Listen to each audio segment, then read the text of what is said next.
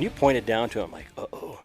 Is it No, not recording? I was just like, oh man, we're going 100. You saw me lose my an hour and 20 concentration. minutes. I lost my concentration when you pointed down. Like, uh-oh, we're not recording. No, I was thinking, oh man, we've gone a long time. I don't know. I mean, there was more questions I'm sure we could have asked her, but I was just like, I don't want to feel like I want to take too much of her time. Yeah, I didn't want to take too much of Lydia's time either, but I felt like I could have talked with her for another hour. I mean, I still wanted to hear about her 2020 elk hunt. That one was incredible. 19, it sounds like. I mean, she's killed I don't know how many bulls now in a short amount of time. I mean, her level of just hunting from she's 24, almost 25, and she started when she was 18. Yeah. And in the short amount of time, I mean, that's what, 6 years?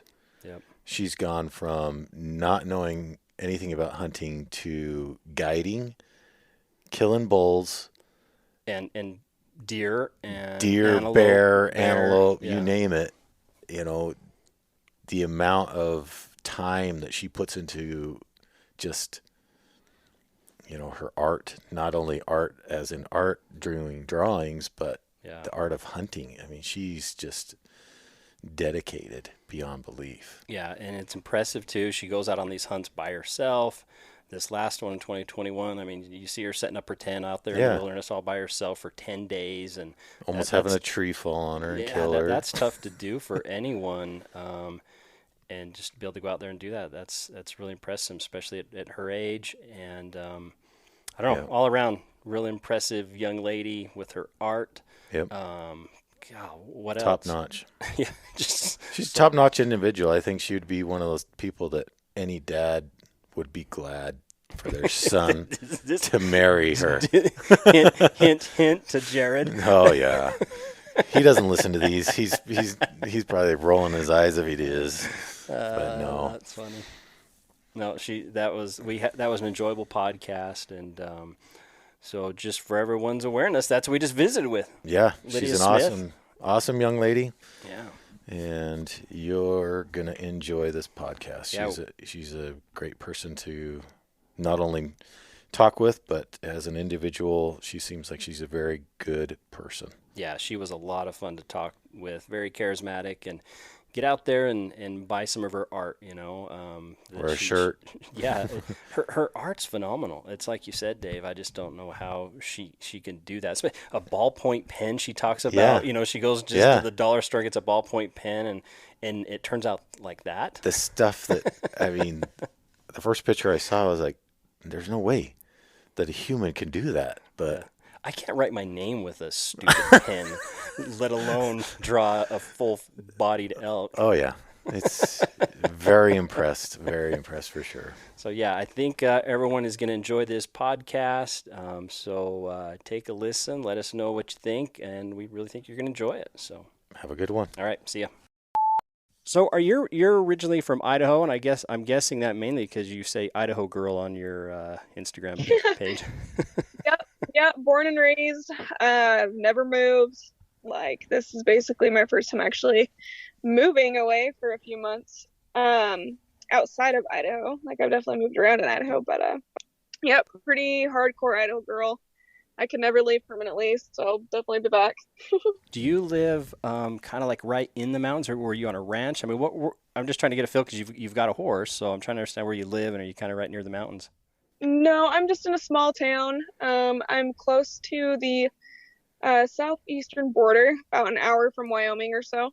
So I live basically in just a regular neighborhood. I'm the only one in my family who does anything with horses. So oh, really? We had an acre. Yep, we had an acre and a half, and I've had horses since I was I think I got my first horse when I was 14 and kept out of my aunt's till we moved and got a house with some acres. So yeah, I basically just hung out with my mom and just in a small little town, and I just do all my adventures like throughout the year, typically guide in the fall, and just constantly moving. So tell me about the horse. So it's a Mustang, and I saw on your Instagram feed where you talked about, did you have to bid on it or something like that?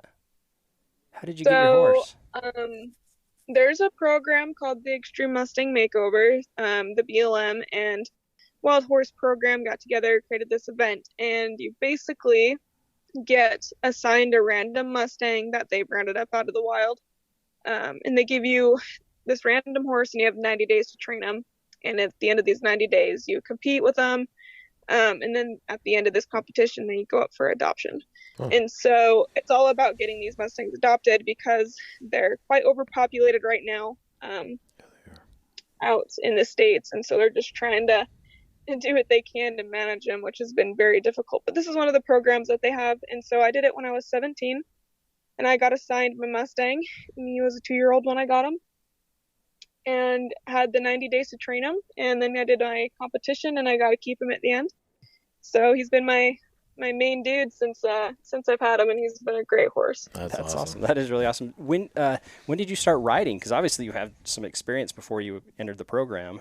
Yeah, so I've been riding since I was very little. My aunts had horses, and so me and my cousins constantly riding. I grew up riding bareback. My aunt wouldn't even let us use a saddle when we were little. We had to go catch the horses and help each other up on them. And we'd ride out in the pasture and get thrown off all the time. And learned how to ride doing that, and it was great. And I just always been around them. Just been always super passionate about them. I love working with them. I've been able to work with a lot of green horses and wild horses. And so, yeah, they're a pretty big part of my life, and I very much enjoy that side of it. So. And what's your horse's name? Is it Kilchii? Did I pronounce that right? Does that mean something? Navajo. It does. So it's Navajo, and it means red boy. Nice. Because he's a red color horse. Yeah. Well, that's incredible, though. You could do that with a Mustang. That's really impressive. That's awesome. And so he's one of your best friends, I see. What about your other best friend, your pup? Tell us about this good-looking dog you've got. Yeah, so Sitka, I've had him, and it's funny because everyone thinks, like, oh, Sitka camo, whatever. It's like, no, I actually named him after my grandpa's dog. So, I honestly, when I got him, I was just getting into the hunting scene. I literally didn't even think of that, like, when I named him. But, yeah, I've had him for, 5 years, 6 years now. And, yeah, he's been basically my little, whatever you want to call it, my hip. I've been doing everything with him since I've got him. I've killed animals with him. He duck hunts. He used to find sheds. Kind of stopped doing that now. I don't know why, but he's kind of an all-around dog, and I don't know where he got it from. He doesn't have any hunting breed in him. I know. When I saw the picture, I was like, this does not look like a duck dog, typical duck dog. And I was like, holy crap, he's like bringing him back. It was crazy. Yeah, me and my buddy were just like out shooting ducks on the river one time, and we just shot 2 mallards, and I'm like, I wonder if my dog will go get him. And I sent him out after him, and he just like went right out and grabbed the hen, brought it back. I was like, no way. Went back and grabbed the drake, and ever since then he's freaking loved waterfowl and upland, but typically ducks. He's still kind of not sure about the geese. He's retrieved a few geese, but they're pretty big. So yeah. And what kind of breed did you said? I thought you said he's not a particular breed. What kind of dog is he? So he's half Australian Shepherd, and then he is a quarter Husky and a quarter Malamute. Wow. Well, he's a good-looking dog. Yep. He is, yeah. Some of the photos that you take, and I've got so many questions where I don't even know where to start. But a lot of the photos that you take on Instagram are just phenomenal. They're awesome, and a lot of them include your dog and your horse with you. Do you take a lot of those photos yourself, or do you have someone with you? I do. So typically, most of my photos are self-timed. I will specify if I had a friend take them, as I love giving them credit. But typically, most of them are self-timed. Just because I'm always out by myself doing solo stuff. So I've kind of really tried to learn how to do all that. It takes quite a process, and I'm sure if anybody was watching me out in the mountains, they'd think I was crazy running back and forth from the camera and trying to, get the moment I'm looking for. And it's like, oh, I'm walking down this mountain. Oh, it's a pretty background. Let's try and get some photos, set the timer up. And do you have any, ahead, experience, taking photos? Did you take lessons or anything like that, or is it just something you've just kind of picked up? So my mom was actually a professional photographer, and she was for 12 plus years. And so I learned a lot from her. Oh, that's great. So I learned how to shoot manual when I was pretty young, and I've always kind of rolled with that. I hate shooting just JPEG. I always have to shoot in RAW. So I was pretty fortunate that way. I learned the camera side of things pretty young, and whatnot. So yeah, it's definitely helped. What kind of camera do you use? So I'm running a Canon SL1. Okay. It's a Rebel series, and it's nothing fancy. It's very cheap. So. Well, the photos turn out awesome. Oh, thank you. Yeah, it's all about the lens and then the post processing, I think. Is that why you like to do it in RAWs, just so you can you like to take them in RAW so you can do more of the editing, have more control over it? Right. So exactly. If you shoot in RAW, you have way more control of, changing the colors and the lighting, popping shadows and decreasing highlights, to get like a more natural feel versus like you blowing out photos. And obviously a lot of that has to do with how you're shooting in manual as well. But yeah, the quality of your photo is always better shooting in RAW. Yeah, well, they look great. I'm impressed with all the pictures you take. They're nice quality and very interesting. You had one of the photos you took, I think it was your last bowl, which I'd like to talk about. But I think one of the photos you took, he was kind of in some thick brush, and it was this really cool photo, really pretty. And I thought, did she just like carry that thing? She staged it. Did she drag that elk over into that brush? But then I watched your video. Perfectly. Yeah, he did. I watched your video, and he died right in it. He knew the... Yep, so I didn't have to move his head or anything for the photos. He literally died just like that. That's crazy. Impressive. He knew the game plan, and he stuck to it. He did. He's like, well, I guess it's my time. Better make myself look good. And so he just died just like that. That's cool. The other thing I want to touch on is your art. So tell us about...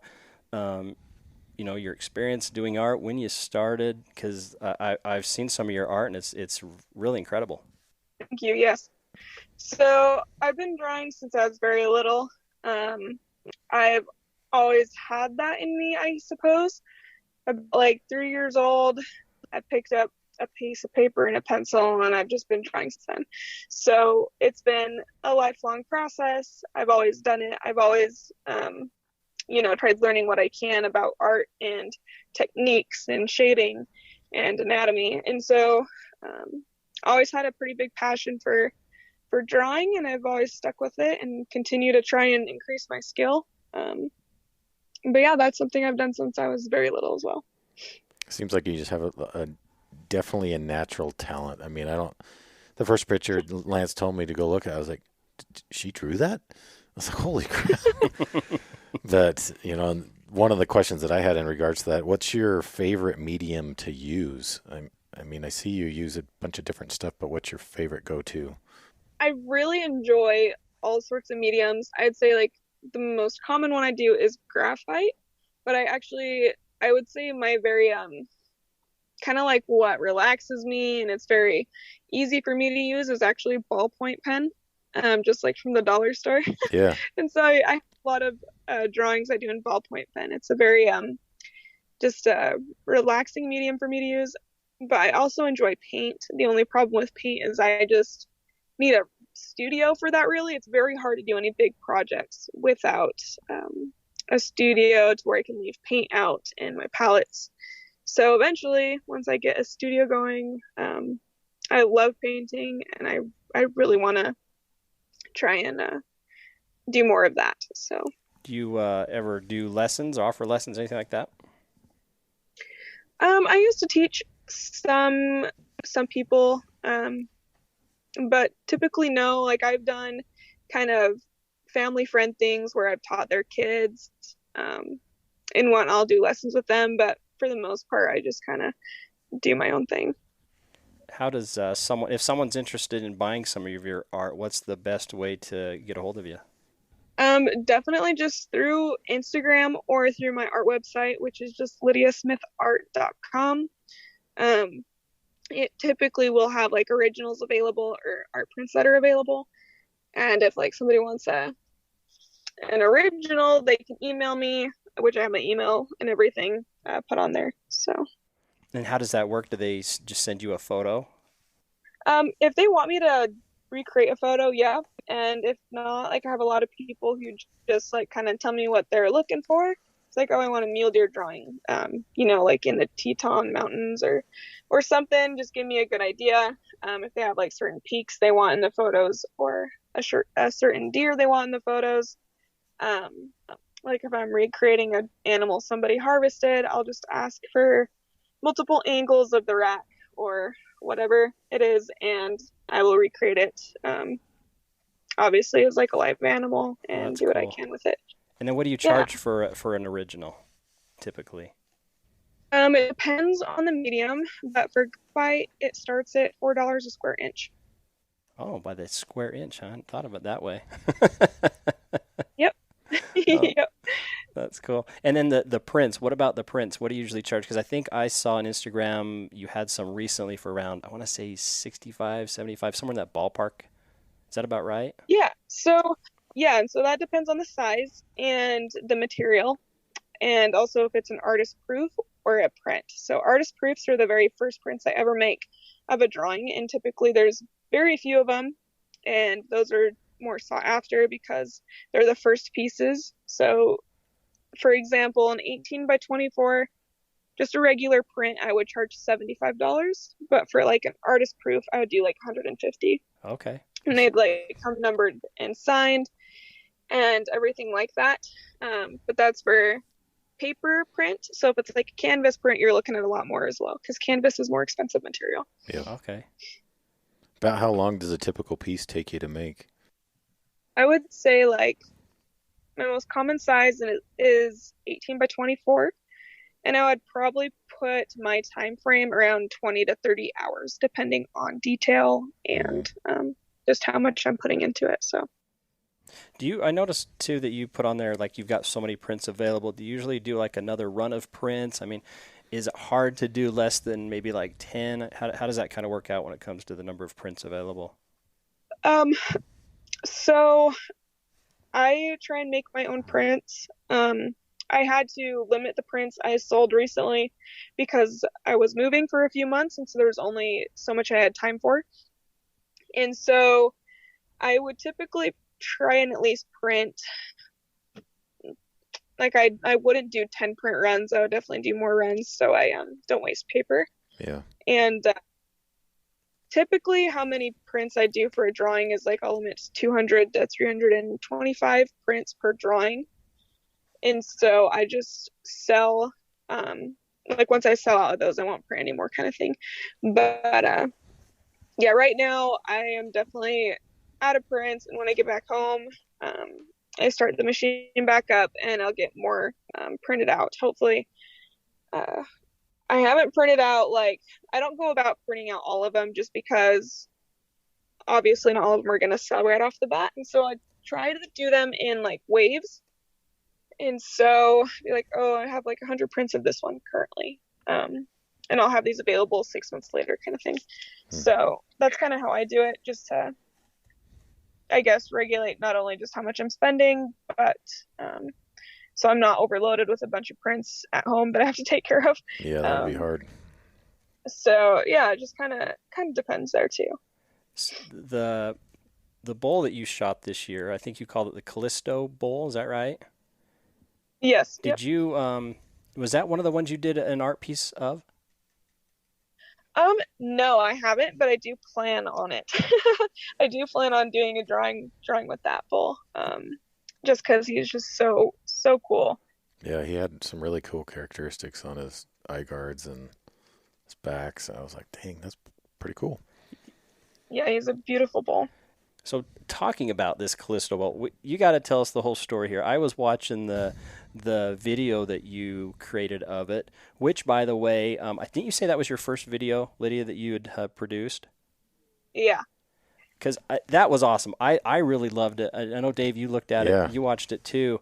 I liked your style. So many of the videos out there are produced by guys, a lot of them. Yep. And they've got that kind of, I'm going to call it a macho feel, if you will, and some of the music that's played and so forth. But man, right from the get-go of your video that you produced, it was just captivating. And it was different, and I thoroughly enjoyed the way that you just kind of, I guess I'll call it your style that you put into it. I really appreciate that. It was very nerve-wracking, putting it out there, and it's definitely not your typical hunting video, but that's just I guess how I put it together. I guess my style that I rolled with, but no, that means quite a bit to me. So thank you. It was funny. While I was listening to it, I had it on my phone, and I was doing a couple other things, and I had to get up, and I was just doing something else, and all of a sudden it sounded like you were crying, and I immediately ran back to the video to see what was going on, and you had just shot the bull, and you were emotional about it. So I was quickly rewinding it. I was like, well, I got to hear this whole thing, but it really brought out, what do I want to say? It's just, I guess how it really makes a hunter feel sometimes, when they kill an animal, that there's the excitements, there's the emotion, there's some sadness, and you could see all that emotion on your face, and it was captivating. I was just kind of like staring, watching you, in that video. It was really cool. No, that's very, very cool for you to say that. So that was definitely a very, very emotional moment for me. And it's funny because I actually ended up bawling my eyes out more on my my bull from 2020 than I did with this bull, only because in 2020 I watched that bull die right in front of me. So that was, I was losing my mind on that one, but every time I harvest an animal, I can't help but be emotional. It's just, not only am I a freaking girl, I can't help it, but it's very sentimental to me, and I definitely take it quite seriously. So very hard to hold back those emotions when I get it done. So well, I hope you'll keep producing them, because it was really engaging. And you said some things too, and there being your first time videoing. I videoed my hunt for the first time this year, self-videoing, and I haven't produced anything from it because I was frustrated about so many things about it. But there was things you talked about, like, oh, you're like, I forgot to turn on the camera, I forgot to do this, and it's hard. Yeah, tell us about it. I mean, what was your experience like really trying to video your own hunt? Well, here's what's funny. I've been trying to do it for the last 4 years. And that's how hard it's been for me to actually completely try and film a hunt. I get so occupied with the hunt itself. I don't want to risk losing an opportunity because I'm trying to set up a camera. It's silly, but it's so cool when you can actually capture that, and down the road you have that. You can look back at that hunt, and you can re-experience those feelings you had, and so it's really cool. I tried really hard. It was my biggest goal to film my elk hunt in 2021. That was my biggest goal. And so I really tried to film every day. There were a few days throughout that hunt where I didn't film hardly at all. And that was from, kind of mid-hunt. In the video, I kind of spliced together some music scenes with a bunch of kind of B-roll stuff. And that's just, I didn't film much throughout throughout some of those days. And it's very hard to, because some days there's just not anything happening. And so I just tried to film what I could, the important moments, and there's still so much I wish I would have filmed. Even though I felt like I got quite a good amount of stuff, there's still so much that I feel like I should have filmed that I didn't. And it was really cool that I was able to get the footage I did to create that video, and it definitely taught me a lot of things, and I'm very looking forward to creating more and being next time I'm gonna make sure to film this and whatnot. But it's definitely very hard.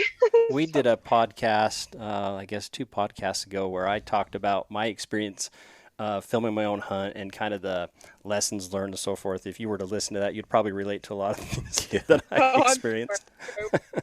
Well, and just just how frustrated you were when your GoPro failed on you. I mean, it's just so hard, you know. It that hurt. Yeah. Like when I saw it glitched right after I shot the bull, I was like, oh my gosh, I got all of that on camera. This is gonna be the most insane freaking footage ever. And I like go to film myself and I see the glitched screen. I'm like, you gotta be kidding me. Like this is too perfect for this to happen. And that sucked because it was working for the first like 10 minutes I was in. Are you kidding me? So Jeez. I had some, bugling, you screaming and glunking right in front of me at like 30 yards. And like literally as it stopped, like my GoPro must have stopped right when he kind of came up and I saw his back end, because I feel like you would have been able to see him move through that video. Mm-hmm. But it literally died on me. And it's so sad because I had him coming up, kind of, you could see him through the bushes, and he kind of came toward me and turned and then went a little bit down and bedded right in front of me. And so it just would have been so cool because I had the cows next to me. You probably would have been able to see the cows like spook down past the bull, him stand up, and it was very disappointing, but what can you do? So that's probably where a lot of the tears came from when you realized that. Like, well, that's not happening ever again. That's too bad. Unfortunate. But then again, it really wasn't. It got that bull, so. Yeah, the video still turned out really awesome. So even if you missed it, thank you. It's still it wasn't as critical, you know. I was impressed that you were able to sneak in. I mean, just looking at the amount of brush in there. I'm still honestly blown away I did that, like, because I've been hunting elk for 5 years or so now, and I know like so many more people have hunted longer than that, but like that's the kind of stuff I am always hunting in, and I know how much that does not work. Like that hunt just played out incredibly perfectly.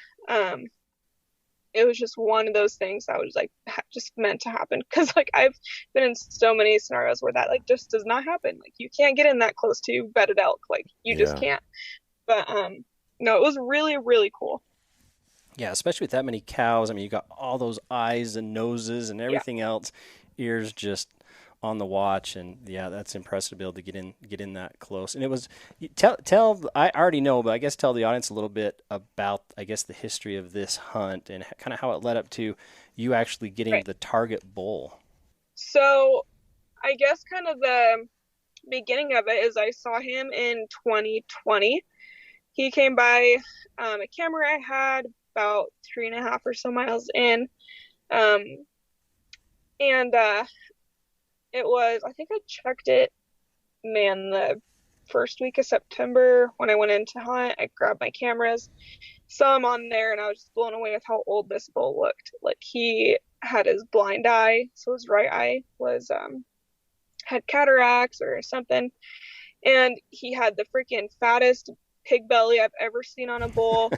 Just wrinkly neck, like just the creases were insane. Like he didn't even have to turn his head to see the creases in his neck. And I was like, this bull is old. Like this is a very old bull. It looked like he was regressing. Like his length wasn't super good. He was kind of like goofy. And I was like, wow, that's really cool that, in this unit there's this old of a bull still walking around, because it's a heavily hunted area. And so I was like, that's very, very cool to see that. And I think he was going to make it back. I thought he was, going to end up dying in the winter or something. And so when I got back in there, I think it was, right as the season started almost. It's actually very cool because I went to grab my camera, and the very last 2 videos on my camera before it died were of him. That's nice. So I got incredibly lucky that he came by right before my camera died, and I got 2 videos of him. And I was like, holy crap, that's him, blind eye, and he is like absolutely massive. Like I didn't understand like how this bull blew up the way he did, and he's just absolutely just beautiful. He blew me away, and I was like, man, I really want to target this bull. He's very old. I had an experience with him last year in 2020 that I forgot to mention. After I killed my bull that year, I left my elk calls up on the mountain and I went back to go grab him and heard a bull bugling, decided to go and check him out, and it was him. It was that old bull. And I just watched him chase cows. He would just run. He was the herd man. He had probably, I don't know, 10 or so cows, just chasing him around and bugling. Messed with him a little bit and got to recognize his bugle and everything. So that was very cool. I got to, just sit and watch him back in 2020. And so when he showed up in Velvet in 2021, I just got super excited and I wanted to target him. I mean, I had bigger bulls in there, but I just was so captivated with how old he was and his unique, cataract eye. And so I was like, yeah, I'm going to target him. And it was very hard. Like, where I hunt, you can't glass. There's no glassing. And so that was out of the equation. And so the only thing I had to go off was his bugle, which is a very high-pitched bugle, and he bugles quite similarly. That he did too last year and everything. And so I was able to at least listen for that, but it's so funny because the day I actually had to harvest him, I had no idea it was him, even though he's bugling right in my face. I was just he changed his voice on you. I really didn't though. I was comparing the sounds and he was the exact same. I just was so tuned and trying to get this bull, I didn't even realize it was him, so that was kind of funny. But so yeah, I hunted and hunted and hunted, and day 7, I ended up calling him in, and it's the first time I knew he was in there. I hadn't heard him, or at least thought I heard him at all until that moment, and I called him into 30 yards, and I was doing a bull cow sequence, pretending to be a hot cow and a bull pushing her around, and breaking trees and running through the bush. So I was creating tons of noise. I was just literally just making so much noise and got him to come in, but it's so thick in there that he didn't want to commit to that last 30 yards like they usually do. Mm-hmm. And I shut up to see if he'd come in to get curious, and he decided he didn't care and turned around and started leaving. And I tried calling him back in, and he just didn't care. And I knew it was him. I absolutely 100% knew it was him. His bugle was the exact same from last year, even though I didn't see him, but I just had a gut feeling. I just knew it was him. And so I got super excited and tried spending the next couple days in there. But I mean, I just really, I really will shoot anything that comes out in front of me. And so I think it was 3 days later, or 2 days later after that, I was hiking out. We had a giant storm come rolling through, and quite terrifying, super windy, yeah. Everywhere. It was horrid. I figured it was pretty bad when I think you quit filming in the video when the storm hit. I thought that must have been a doozy of a storm. It was getting dark, and I just filmed a little bit, but those trees were bending so much. I was like, holy crap, this is quite and you're by yourself, right? I mean, this is yeah. Yep. Okay. And so I'm tucked in, so my tent is tucked in this piney tree patch, and so I was like, oh boy. And I remember it just gotten so windy. I went outside, it was dark, and I'm tightening down this tent, and it's a big tent, so the wind is just grabbing it, and I'm tightening it down. All of a sudden I just hear, and I'm like, oh my gosh, where is that coming from? And this tree directly behind my tent, literally a foot from my tent, fell over, and it fell the right way. And if it would have fell toward me, it would have went over the tent, and it would have probably hit me. It was so freaking scary. Oh, wow. I was like, no way I'm sleeping tonight. There's just no way. I continued to hear trees fall down. Luckily, that was the only one that fell close. Wow, that is scary, though. Close. That is really scary. It was terrifying. I was just out there, and I hear it start squealing and tipping over. I'm like, holy cow. And I couldn't see it. I didn't know where it was coming from. Oh, jeez. It was wild. And I get in my tent, and it's raining all night, thundering, trees falling. I had to keep getting up to press on the tent because it was pooling so bad. It wanted to collapse on me. I was like, goodness. And I think I ended up getting a little bit of sleep. But I actually had a late start to that day because it continued to rain, and I didn't get up at first light. I was just like, you know what, I'm freaking tired, and that was a long night. And so I think around, I don't even know, 7:30 or 8, I finally got up and was like, okay, I'm gonna put my my boots on and everything. And there's bulls already bugling, and I mean, they always do after a freaking big storm. And I was like, it'll be a good morning, even though I'm starting a little late. And it was really funny because I'm starting to get up there, and there's another hunter in there, and I can hear him bugling, and he's chasing the same herd of bulls that I'm chasing. There's probably about 3 or so bulls that we could hear bugling. I didn't, like, I wasn't talking at all. I was remaining silent and trying to really hoof it up this mountain to catch up with this herd.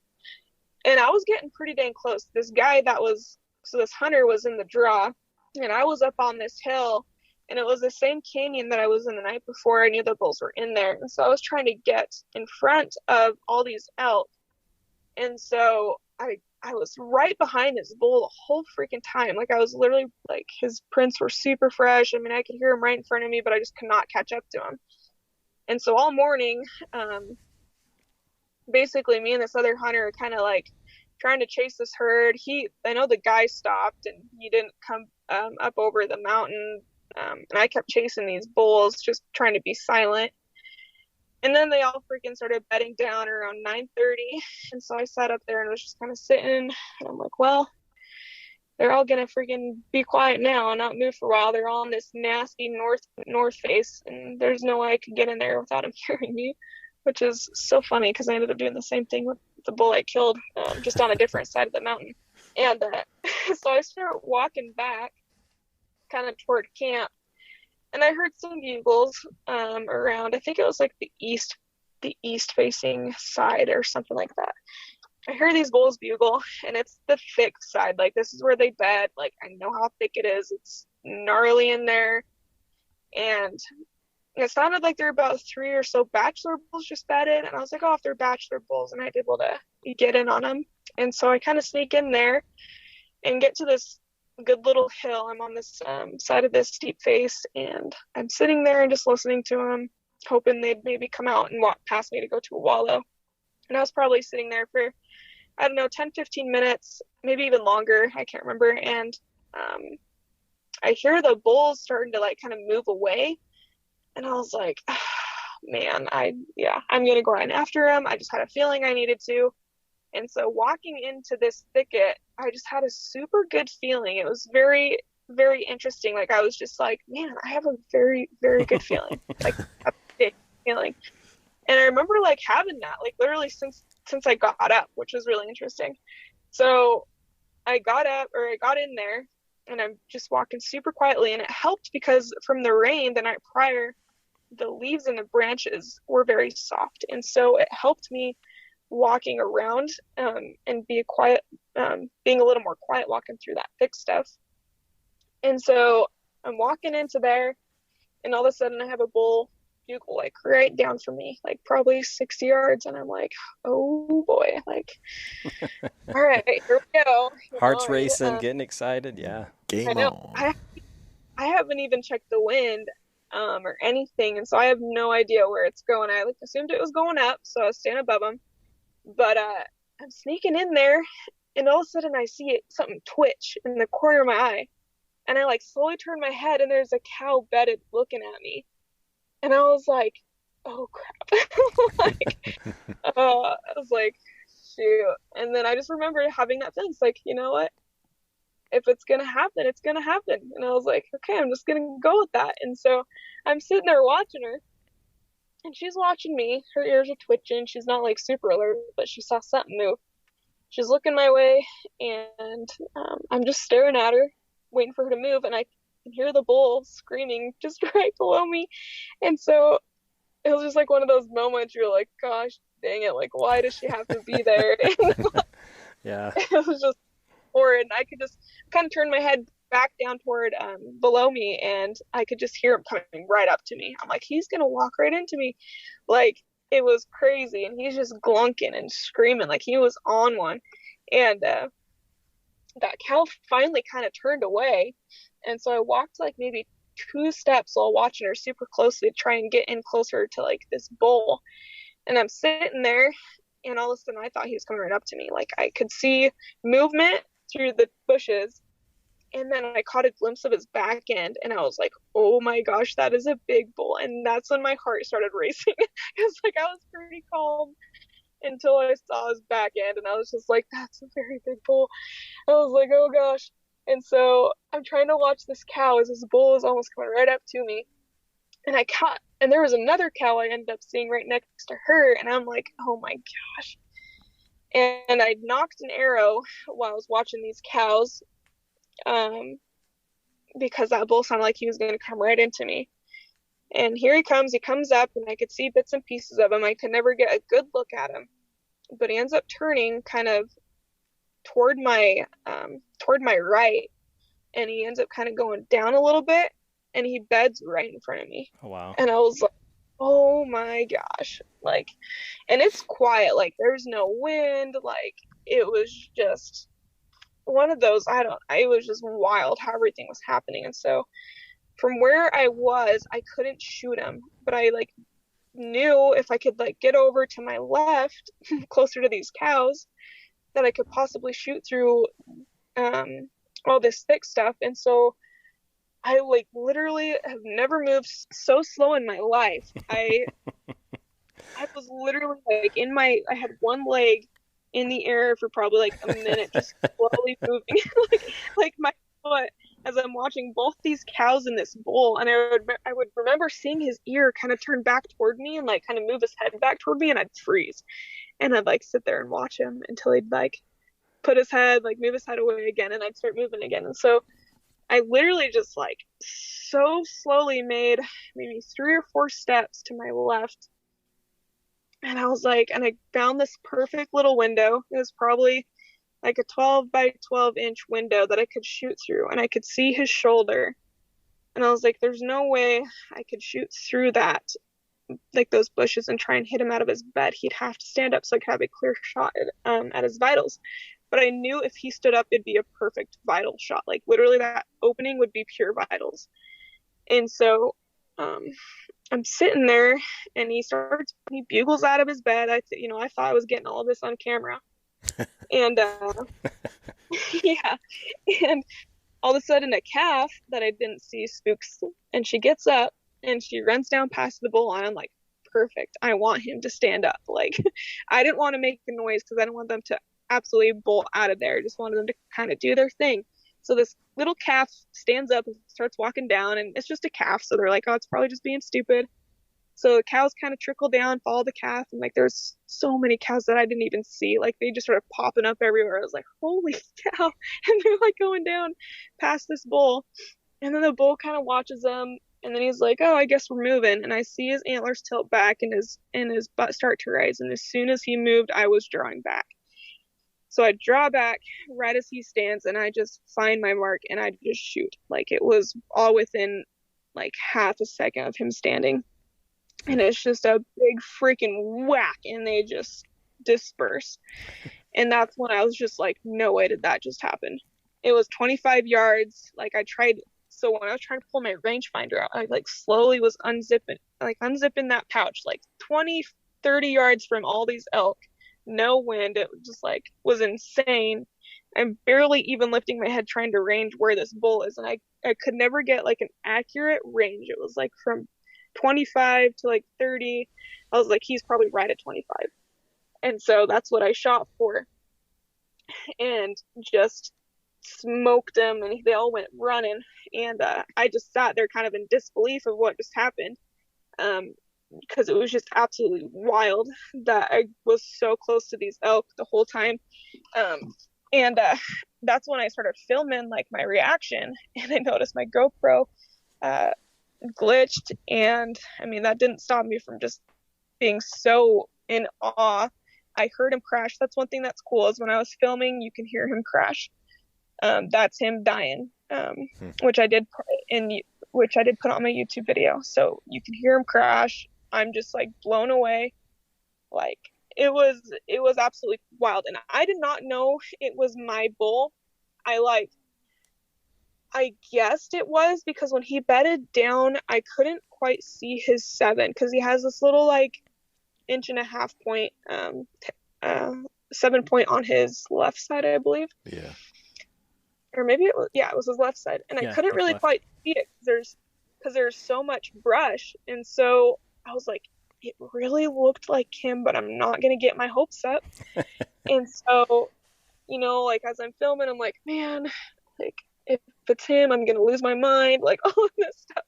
And so I give him about 30 minutes or so, and I go to tracking, and as soon as I find where he got up out of his bed and he started running, I actually didn't find blood till I was about 30 yards from where he started running. And at first it was just little trickles, and I was like, okay, well, shoot, like why is there a lot of blood? And all of a sudden it just exploded. He was just pouring, and I was like, that was a good shot, and I was feeling super good following it. And I mean, this brush is so tall, like the blood's just collecting on everything. And then I saw him through like this brush that's over my head. I could see his body laying there, and he probably made it about 100 yards. It was all downhill, and I just remember walking around that corner and seeing his blind eye, and I literally could not believe that I ended up killing this bull that I was targeting, that no one else has even been able to touch for however many years this bull has been alive. Yeah. And what's even more wild is that night that I called him in 3 days prior. So where I shot him, where he was bedded down, I was standing right there when I called him in, and where I was standing when I shot him, he was standing in that spot when I called him in. So literally cool. We switched spots in this exact same thicket, and I ended up killing him in the same spot I was standing when I called him into me that night, 3 days prior. Wow. Which is absolutely wild because I have my waypoint marked. I had my waypoint marked right where I was standing that night. It's like, oh, this is my bull. Like, this is where I saw him. And that's literally where he ended up bedding down, and I killed him right out of that spot. And I didn't know till I started figuring out everything on my map after I killed him, and I was marking waypoints. But it was just an absolutely wild experience. Like it just blows me away. So like I still wrap my head around it because it's just I guess like for me, like I had no idea it was him, first of all, but the chances of it being him were even just way more low. Yeah, that it just blows me away. And he's that herd bull that's running that area, and so that was pretty dang cool. So he was a 6x7, right? Did you get him scored? Yep. So he was 228 and a bit, but he had a few broken tips, so he was probably 330s. Yeah. Nice. And then what you mentioned, I think that you were going to get him aged from his teeth. Did you ever get that back to find out how old he was? Nope. It takes about 3 months or so, and I just got them sent in. Oh, okay. And so I'm going to get him back, but who knows how old he is, but I mean, he had worn down teeth. Like I'm gonna try and put him at 10. I know that's like a very old bull, but like I honestly would not be surprised if he's over 10. Well, he was a fatty too. I mean, when you were cornering him out, the amount of fat on him was ridiculous. I could not believe it. I have cut up so many elk. Like I guide, I help friends. Like I know what an elk looks like. That elk had so much fat, like absolute most fat I have ever seen on a bull, even like a winter bull. Like it was wild. So where his belly was sagging in all those photos, it was literally straight fat. There's probably like 4 or 5 inches of just fat, if not more. Like it was wild. So he was a very healthy bull, like incredibly healthy, which is very impressive for his age. Like, because I'm probably putting him around 8 to 10 is what I'm guessing. So this whole time, when you're these cows are staring at you and he beds down, is kind of that whole herd in general around 25 to 30 yards from you?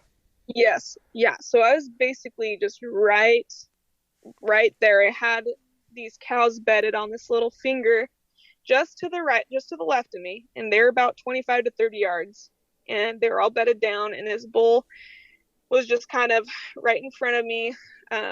Just directly down this little hill right in front of me, like 25 yards. And wow. How long do you think you were standing there from the time that maybe the cow saw you?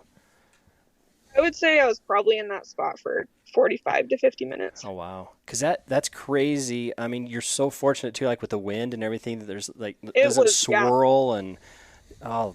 Typically it does there, so it was just absolutely wild. I just must have been blessed because, like, I hadn't taken a shower in forever either, so I'm, like, super smelly. So it was just wild that they even, like, didn't even catch it one little bit of whiff of me. Like, I mean, it was dead in there. Like, the only thing you could hear is the crows. Like, there were crows in the video. You can hear kind of.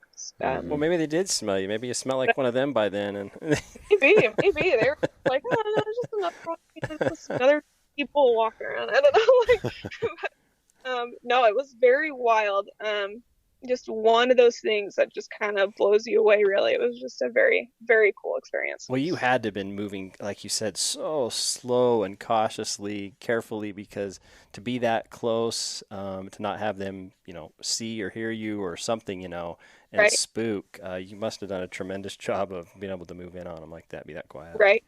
I was avoiding every blade of grass, every little stick, while trying to move so slow. It was quite the little I don't even know what you'd call that, but it was definitely very tricky. And so I'm still going through branches and stuff too, so I was trying to move around branches. It was very difficult, but I very lucky I got in that close, and I was just trying so hard to be as like aware of my surroundings as I could have been while in there, having cows look at me and look away. Like it was so hard because I'd focus on them and the bull at the same time and try and just move while all of them were not looking my direction. It was very cool though. Very cool experience. Well, I'm glad you filmed it. And it's funny, I bought a new whole camera setup this last summer for my last fall hunt. And I was recently thinking I was just going to sell. I'm like, maybe I won't do the video and thing. Maybe it just isn't for me. And so I've been thinking about selling my camera equipment. Actually, I do have it up for sale. And then I watched your video. I'm like, no, I ain't selling my camera equipment. I think I'm going to video my hunt this fall. So you just cost me about $2,000, Lydia. Well, here's something that you'll find really funny. Most of that footage is with my iPhone, too. Is it really? Are you serious? Well, that's because they make them so good these days. They do. Yeah, it's pretty wild though. Like, I definitely had nothing too fancy, so you don't gotta go wild that's for sure. But I do need a new. But I think you saying that and doing that. I guess for anyone listening to this and wants to film their own hunt, I think what's critical is not so much the quality of the footage. It's that story you tell, that you were able to tell, how your style and everything else, and you did it all with an iPhone. And so for anyone that wants to film their own hunt, they don't have to go out and spend $2,000 for camera equipment. A cell phone right. does an incredible job, and as long as you tell the story you want to tell, it's good enough. Right. Yeah, I definitely it's like hard for me to just even film with the camera. Mm-hmm. Like, phones are obviously very convenient. Yep. And so, I definitely think like you don't need to be going out of your way to buy something outrageously expensive if you're starting. Like, I did have my DSLR, my little Canon, which I took some B-roll on, but that's literally all I used it for. Like, I never used it to film myself or really anything else. And put that together with mostly iPhone footage. And so, I definitely would like to try and do more higher quality cinematic stuff, but definitely need a better camera for some of that. Yeah, sure. I had a quick question for you to go along. I mean, you talked about how you didn't grow up in a hunting family, and obviously you're kind of the exception to the rule in your family for being outdoors, but who do you think you learned most of your hunting tactics from? Did you watch somebody in particular, or did you read books, or how did you come across how? So, I would say a lot of my let's see. A lot of it has been through trial and error on my end and just trying to figure things out. But I would say the person I've learned the most from when it comes to elk and elk talk and elk behavior is Rocky Jacobson. So he definitely gave me a really good start on that side of things, and taught me a lot. And so I'd say most of my elk based stuff I started learning from him, and then kind of grew off that. So how did you learn it from Rocky? Did you know him? So no, I literally went to an expo one time. First hunt expo I'd ever went to. I had just gone into hunting. I literally had my mom drop me off at this expo as my brother and her went shopping. Super funny. And so it's just the opposite. Right, exactly. And so I was just walking around this expo. It was the one in Salt Lake, and I was like, man, this is so cool, like super fun. And I saw this elk calling booth, the Rocky Mountain Hunting Calls booth, and I walked over, and they're like, oh, do you call elk? And I'm like, no.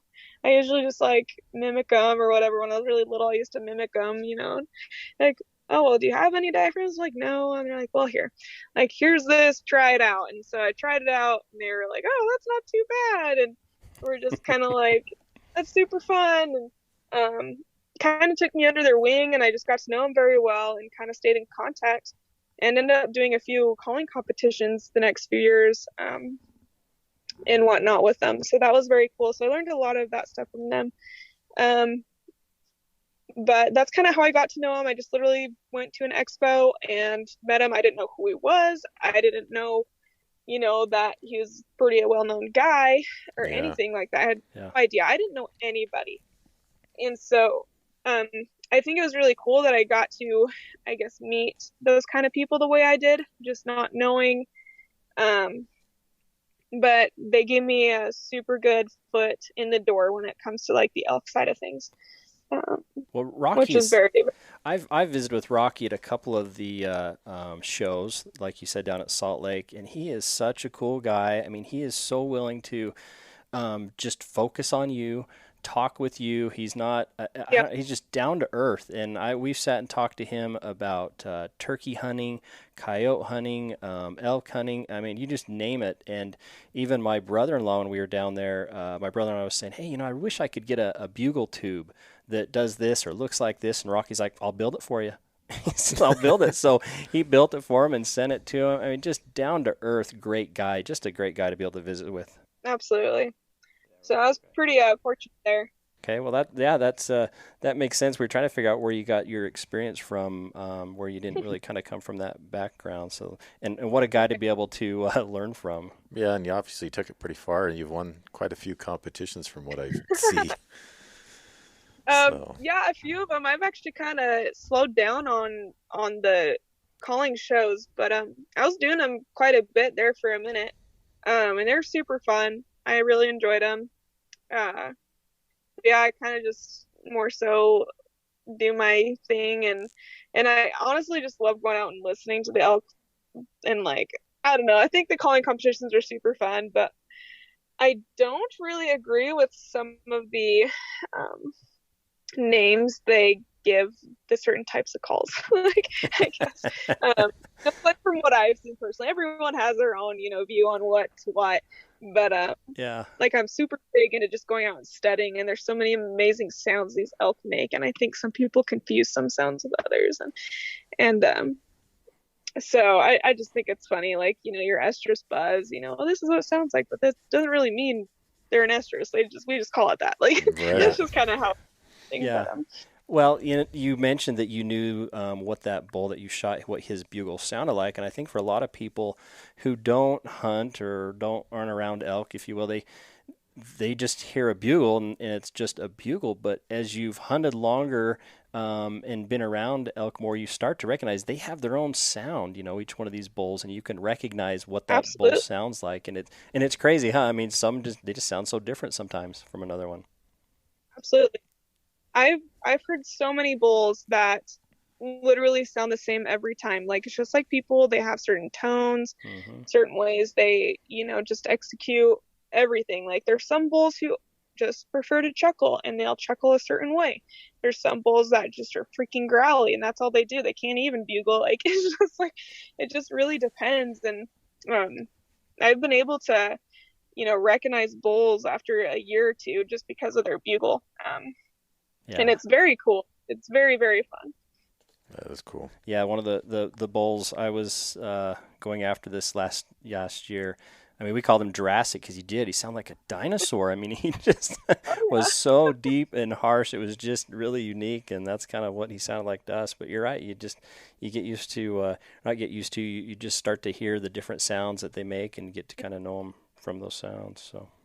Right. No, it's very fun. I absolutely enjoy the crap out of it. So I love elk language. You, I think I already know the answer now that you're vagabonding, but are you going to go to the Salt Lake Western Hunt Expo this year? I was going to try to, but I won't be able to with my schedule, unfortunately. Dang it. So I know it sucks. Like I tried to make it work, but I'm moving down to Texas that weekend. And I won't have time, unfortunately. What was it I guess last year they didn't have it because of COVID, but the year before, weren't you painting a skull or something down there? Yes, I was. Yep. So I did that with Mountain Ops booth that year. And then I believe they had an elk calling competition there as well that I did. Mm-hmm. Okay. So what is your go-to calling sequence, whether it's, let's say, competition-wise and then actual-wise? What's your go-to? So competition-wise, it depends on the competition. Some are freestyle, some are you actually have to, do this type of bugle, this type of cow call. And so really just go based on that. I wouldn't say I have a go-to. Mm-hmm. I just try and execute every different sound I can make. And try and be very versatile with sounds and tones. And it's funny because, in competitions, you try to sound so much like an elk as realistic as you can, but when it actually comes to hunting, you can literally scream like a little girl and call in bulls. Yeah. So it's just very funny. I at least personally think it's hilarious. But I think when I'm out in the mountains, when I'm actually chasing them, it depends very much on how the elk are acting and the amount of pressure they get. So I really try and study the elk that I am hunting, because there's some elk that just are very call shy, or they're around lots of wolves, so they don't like giving off their location. If I do have a hot bull that wants to talk, like my Callisto bull when I called him in day 7, that scenario, I was pretending to be a herd bull with a few cows and one cow that was hot. And so I try, like when I'm studying elk out in the mountain, like out in the wild, and I'm watching them, I try and hear, like listen to what sounds these cows make when bulls push the cows when they're all ready. And the cows make this very light and quiet kind of chirp.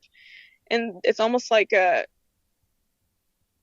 get away from me chirp, but obviously you're bugging the heck out of me. I don't want to mate right now. Exactly. And so I kind of see them doing this, and they do it only when the bull pushes a cow. And so when I'm doing my sequence, I will run around, create noise, and I'll do that little, that little squeak. I can't talk right now, so that was horrible, but I thought it sounded good. Very quiet, very short. Yeah. and then usually the cow will run and the bull will stop, and it'll get all heated and it'll bugle or he'll chuckle. And I see them do this all the time. And so I'll try and in my head pretend I'm these elk. And then if I want to try and act like a bigger group of elk, I will run around. I will cow call in one direction, cow call in another, try and limit my tones and the loudness and everything in the variations of what they're saying, and kind of create a herd sequence and have this bull be running around and raking trees. So I basically kind of start a frenzy of my own where it's literally just me, but I'm trying to make noise, because I know so many people will start an elk sequence and they'll just bugle or they're just cow call but do nothing else. Mm-hmm. And elk, they know this. That's why they come into 80 yards and stop, because they're not hearing branches breaking, they're not hearing footsteps. And so it's very strange that they're hearing sounds but nothing. Like they'll hear the bugle but nothing else. And so if I'm in an area where I know I can get away with running around and breaking branches and sticks, I will do that. And it makes those elk so much more comfortable. And I've called in a lot of bulls this way for clients as well. You just make a freaking ton of noise, and it only really works on a bull that's pretty heated and ready to fight. And so, yeah, I'll do that sequence, and then I will kind of calm down and I'll sit and listen and see where this bull is coming. If he sounds like he's on a string, perfect. Like, I'm just going to keep making noise. If not, if he's more timid, I will actually shut up and not pressure him as much. So I just try and really read the bull. So I wouldn't say I have a go-to, but more so my go-to is just reading the bull and trying to see, like, execute what is my best, what's my best, decision here to try and get into this bull, whether it's silent, whether it's like coaxing him in with, like, very soft cow calls or whatever it is. So I would say it's just very dependent on the elk themselves and their behavior and just kind of what's going on in that area. Yeah, I would have to say. That's cool. That's fantastic advice. It's funny you talk about, when they get kind of close, you want to make some of those noises the elk make, the branches breaking and right. rubbing and things like that. And we've taken out my father-in-law hunting with us a few times, and he's not a hunter at all. And he's like, I don't get it. He says, you guys sit and sneak around and you're all quiet. And then all of a sudden you get near elk and you start making all this noise. He goes, what? I don't get it. We have to explain to him, well, we're trying to actually sound like the elk, But to him, it's just mind-boggling. It's actually really funny. Like, yeah, we typically do try to be so quiet, going up places. One thing that's kind of nice about really thick areas, like nice and not nice, because obviously you don't know where exactly these elk are, but if you can kind of pinpoint where they are, I've literally just ran through bushes and like make cow sounds, and it works. I get like in pretty dang close to them, and they just think it's another elk, instead of me trying to sneak, and they hear something that's like a little sneaky sounding, and they get all over it. So it's really interesting because they actually do quite like noise. It comforts them in a way. Most times, I wouldn't say all times. Definitely don't take my word for it, but right. No, but I think that softens them. It's fantastic advice. I think that is really good advice for anyone that's listening. So, what you shoot? You shot this bull on day 10, right? Yes. Was that the last day? Was there more days to the hunt? Mm-hmm. So the season opened August 30th, and I got out there the 1st of September, so I ended up shooting him on the 11th.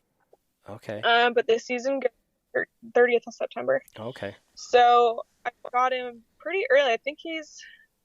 I believe he's the earliest bull that I've shot in the season. Possibly, yeah, I think so. Was it your 2020 bull that you shot? Was that on the last day? No, that was my first bull. Okay. I think bull from 2020. I'm trying to remember because he actually might have been earlier. Like, I'm trying to remember.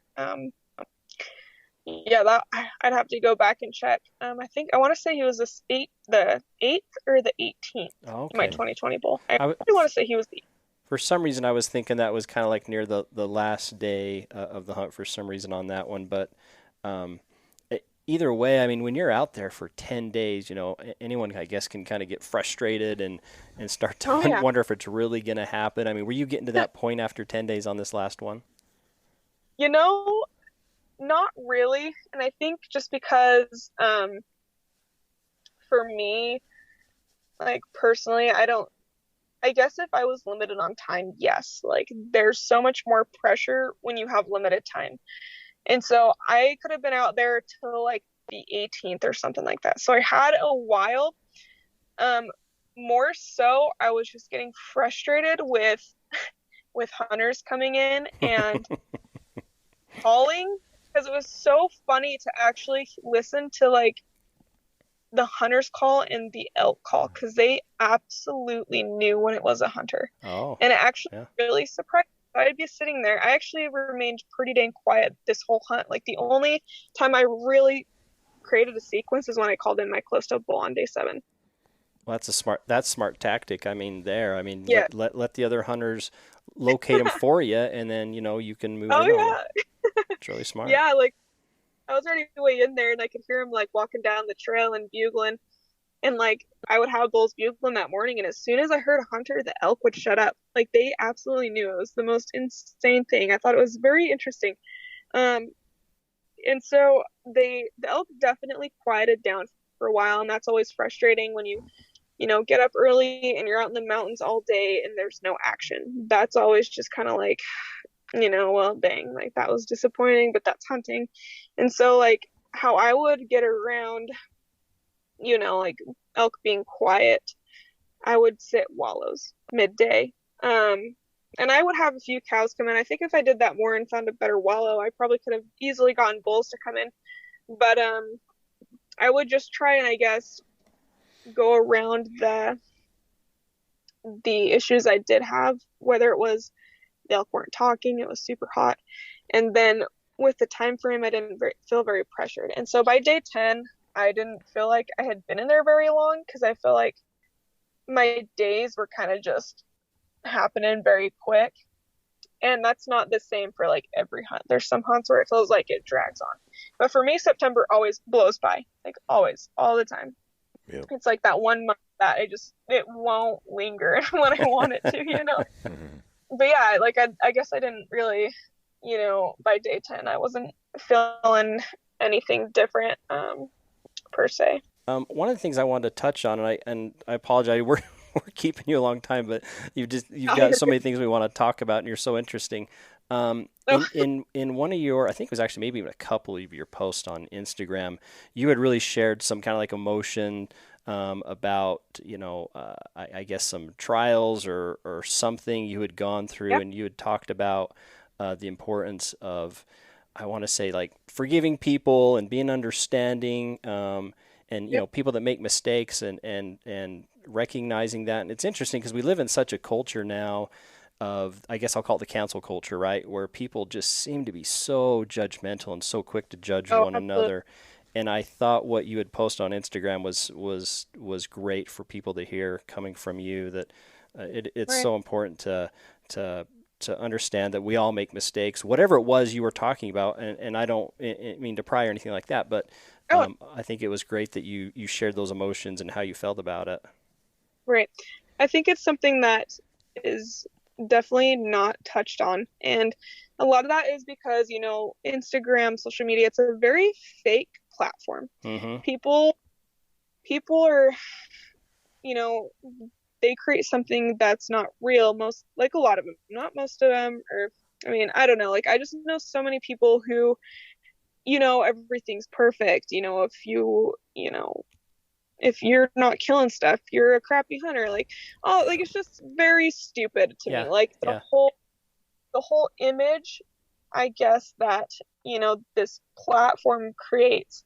And so, I mean, I've been through things, everyone else has been through things, and you can't like compare lives and you can't compare experiences because people obviously aren't going to be able to, um, go through the same thing as somebody else. Or like one thing might be harder for somebody else and easier for, whoever else. Like it's just not one life is the same. And so judging people is just, I just wish, I guess, people could open up their eyes a little more. Because there's so many people out there who are struggling. I have been through things, and, a lot of like what I posted was stuff that I have learned through my experiences. And I want to share that with people to, I guess, just, it's kind of hard to like explain, but not only do I want them to know that they're not alone, but it's so natural that things like that is a part of growing and learning, and you're not a horrible person for like, making mistakes. Like, Yeah. you can definitely allow mistakes to either end up negatively or positively, and that is definitely on you. But, moving on from mistakes, learning from them, like not just blowing them off your shoulder, but facing them and acknowledging them and not doing them again and moving on. Like, Okay. It's just such a not talked about thing. And I know so many people out there who really struggle. And it was very cool because when I posted that, like, I had a lot of really incredible messages of people who, needed to hear that at that moment. And it's very cool to, I guess, to be able to kind of use my platform in a way where I can be relatable and real and understanding that, like it's very, I don't like, it's a very hard topic, I guess, not to really talk about, but to like explain. Yeah. No, I was gonna say I enjoyed that post. I think maybe actually been a couple of them that that you had posted and I'd read. But yeah, it was, like I said, it was raw, and it helps. I think it helps people understand you make mistakes, and the important thing is you grow from them. And we shouldn't be so judgmental of one another. And like you said, Instagram, Facebook, all these things. A lot of times, it is just it's the best of the best, right? We post the best photos, we post the best of this and that, right. But when you show kind of that raw emotion and show who you really are and how you really feel, that's a lot of time. That's what people want to hear and see and follow and listen to. And so I really enjoyed it. Well, thank you. I do appreciate that. I definitely try and be as raw and real as I can, and I've tried to like maintain that since I've had a following, because I don't want to come off like, not that I don't want to come off as like someone, but I just want to be a good example, I guess. Well, that's great. The people who are following. So that's great. Well, Dave, I think we're done. I think we want to. We've kept you long enough. I think we're about an hour and a half. You said you're sitting in your car, so you're probably numb. She's in Arizona, though. I mean, it's quite comfy in here. I'm like sitting here, and the weather's wonderful. Like, I'm completely comfortable. But well, thanks. Yeah. Thanks for chatting with us. I'm disappointed, though. I was really hoping to actually meet you down at the Expo. Go down there, but that's okay. I'm going to try to see if I can arrange somehow to get one of your photographs, whether I have you make one for me or I try to build one of your prints or buy one of your prints. They're awesome. I need one in this little man cave, if you will. So. Oh, for sure. And like, if you guys do tack or anything too, like I'm gonna try and go to quite a few of the tacks this coming year or this year too, or whatever. So I mean, I'll kind of be around, but I do wish I could make it to the Expo. But we always try to hit the Park City tack. That's the one we'd like to go to. You'll recognize this because I'll be the one looking for my arrow 20 yards away from the target. You just can't use my rangefinder. You got to use your own. Dave won the Rocky Mountain Elk Foundation's grand prize last year at the Expo or at the TAC. It was like $10,000 worth of stuff. Brand new Matthews V3 bow. I mean, it was insane. So impressive. Yeah. Good for you. I used all my luck up in 1 year, so. Oh, no, that's very cool, though. Very cool. Well, we will wrap this one up. Lydia, thank you for taking the time to chat with us. Thank you again. Thank you. Have a good night. Be safe. All right. Take care. You too. Bye. Bye.